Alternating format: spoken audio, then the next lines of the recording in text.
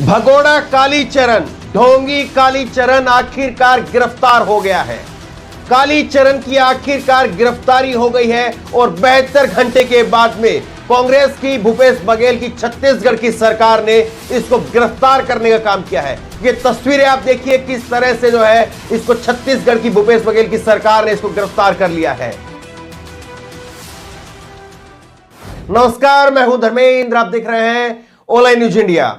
आखिरकार भगोड़ा कालीचरण, ढोंगी कालीचरण, ये कालीचरण को गिरफ्तार कर लिया है और इसकी काली हरकतों का, इसकी काली करतूत का अब एक एक हिसाब लिया जाएगा।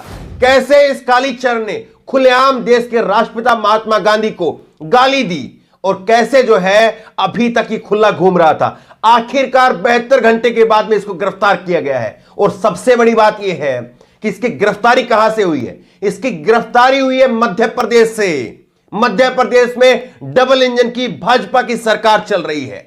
भाजपा की सरकार में ही आखिरकार ये सारे आकर के शरण क्यों लेते हैं? भाजपा की सरकारों में जाकर के आखिरकार ये सारे के सारे छुपते क्यों हैं? बड़ा सवाल ये है कि क्या अब इस भूपेश बघेल की सरकार इसके ऊपर उसी तरह से एक्शन लेगी जिस तरह से एक्शन जो है उस पर लेना चाहिए, जिस तरह से इसने महात्मा गांधी का अपमान किया है उसी तरह से होना चाहिए। भूपेश बघेल ने ट्वीट किया है और भूपेश बघेल का आज का ये ट्वीट आप देखिए। भूपेश बघेल ने ट्वीट करके कहा है, न्याय में इतना विलंब नहीं होना चाहिए कि वो अन्याय लगे। यानी मंसूबे साफ कर दिए हैं भूपेश बघेल की सरकार ने कि अन्याय नहीं होगा, न्याय होकर के रहेगा और इसको कड़ी से कड़ी सजा मिलेगी। और तस्वीरें आप देखिए, उमाशंकर ने ट्वीट किया है कालीचरण गिरफ्तार, गिरफ्तारी के बाद में पहली तस्वीर। तो पहली तस्वीर जो है वो कालीचरण की सामने आई है।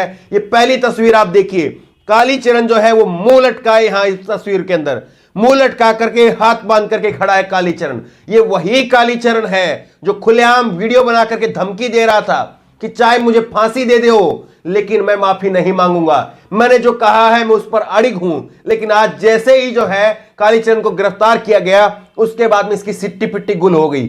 और सबसे बड़ी बात यह है कि जब इसने वीडियो जारी किया था, इसने वीडियो जारी करके कहा था कि मैं अपने कहे पर अड़िग हूं, मैं माफी नहीं मांगूंगा। इसने मुझे कहा था कि मुझे जो है वो फांसी दे दी जाए। तब जो है भूपेश बघेल ने कहा था कि अगर ये इतना ही साहसी है, इतना ही जो है निर्भीक है और इतना ही जो अपने आप को 56 इंच की छाती वाला मानता है तो आकर के सरेंडर करे। लेकिन ये सरेंडर नहीं कर रहा था, ये भाग गया था। ये कहने के बाद में छत्तीसगढ़ में जब इसने भाषण दिया, महात्मा गांधी को गाली दी, उसके बाद में ये भाग गया था वहां से और भाग करके मध्य प्रदेश की डबल इंजन की सरकार में जाकर के छुप गया था। लेकिन आखिरकार वहां से निकाल लिया। आप जरा एक बार सुनिए, 2 दिन पहले ही जो है भूपेश बघेल ने कहा था कि अगर कालीचरण में साहस है, वो साहसी है तो आकर के सरेंडर करें।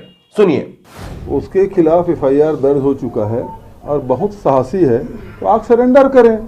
बाहर बाहर इस प्रकार से बयानबाजी करने के बजाय तो सीधा पुलिस में एफआईआर दर्ज हो चुका है, वह अपने आप को सरेंडर करें, नहीं तो गिरफ्तार करें, छत्तीसगढ़ पुलिस जाएगी। कालीचरण को आखिरकार मध्य प्रदेश के खुजराव से गिरफ्तार किया गया है और खुजराव में वो एक धाम के अंदर छिपा हुआ था। धाम में वो रहा और धाम के बाद में उसने एक प्राइवेट मकान किराए पर लिया अपने साथी की मदद से और वहां पर जाकर के वो रह रहा था।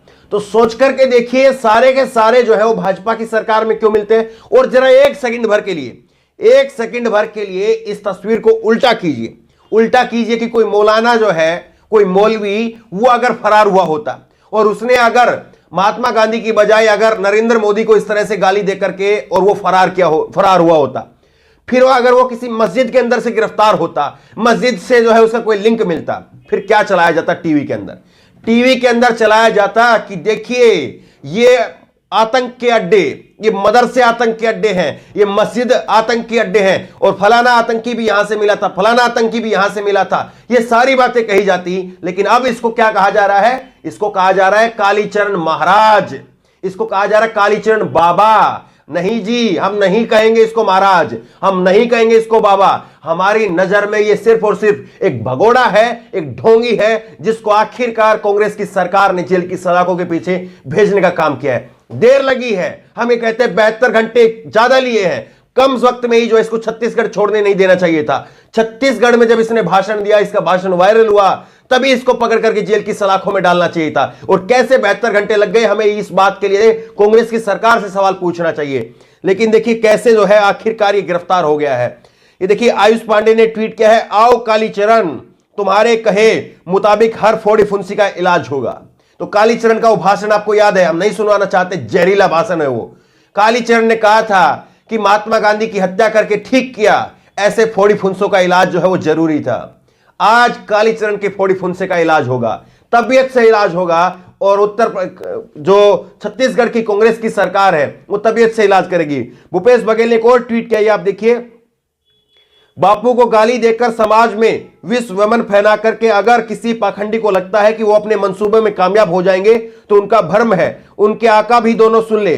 देखिए भाषा देखिए, आप सीधी चुनौती दी थी कि उनके आका भी दोनों सुन ले, भारत और सनातन संस्कृति दोनों की आत्मा की पचोट करने की जो कोशिश करेगा, न उसे संविधान बख्शेगा और न ही जनता उसे स्वीकार करेगी।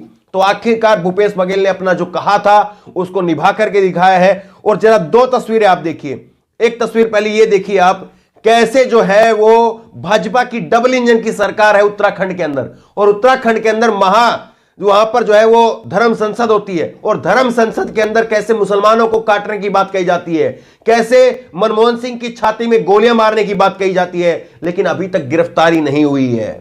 72 घंटे के अंदर कांग्रेस की सरकार ने गिरफ्तारी करवा दी, लेकिन ये छुट्टे घूम रहे हैं। और सबसे बड़ी बात यह है, इन्होंने उल्टा जो है वो एफआईआर करवा दी है। ये अपने ऊपर एफआईआर की उल्टा एफआईआर करा दी है कि हमारे को जो है जबरदस्ती फंसाया जा रहा है। और जब एफआईआर करने के लिए, जब वहां पर जो है एफआईआर की कॉपी लेने के लिए जब पुलिस अधिकारी पहुंचा, वो वीडियो हमने आपको दिखाई है, जब वो पहुंचा तो कैसे ठाके लगा रहे थे, और पुलिस अधिकारी भी इनके साथ में ठाके लगा रहा था। यह फर्क है बीजेपी और कांग्रेस में, यह फर्क है मनमोहन सिंह की सरकार के अंदर और यह फर्क है मोदी की सरकार के अंदर। कैसे 2014 के बाद में इस तरह के जो कुकुर मुत्ते टाइप के जो लोग हैं वो पनप आए हैं।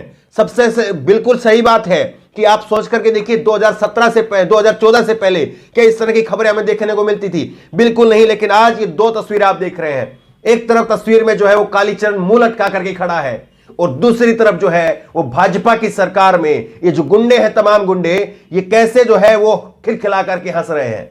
सबसे बड़ी बात यह है कि भाजपा की सरकार आखिरकार कब इनकी गिरफ्तारी करेगी? क्या महज एक एफआईआर करके वो जनता को बरगलाना चाह रहे हैं? और जनता इतनी पागल है, इतनी मूर्ख है कि एक एफआईआर से जो है वो संतोष कर लेगी? इनका जवाब दिया जाएगा।